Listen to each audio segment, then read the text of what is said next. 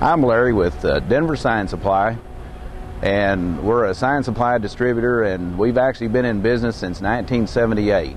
And when the NBM shows came along, we probably started exhibiting probably from the first show, if I remember correctly, and we just really have enjoyed the experience. The shows, as we're probably one of the few one-branch operations left in the industry, we do sell all over the country, and the shows are just really good because we get out and can visit with the people in each region and also pick up new customers.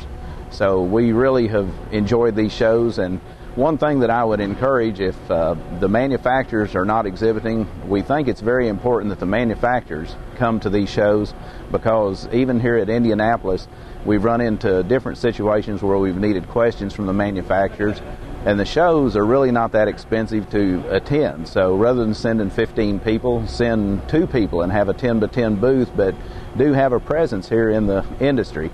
We think it's very important that the manufacturers get here. And one thing I would encourage to other people who have not exhibited is that these shows are very friendly, and the group of people from NBM, you're not going to meet a friendlier group of people anywhere. They just really make you feel at home. They're very professional, very top-notch, and I think you would just enjoy the total experience. The shows go by fast, and it's more like a vacation than anything.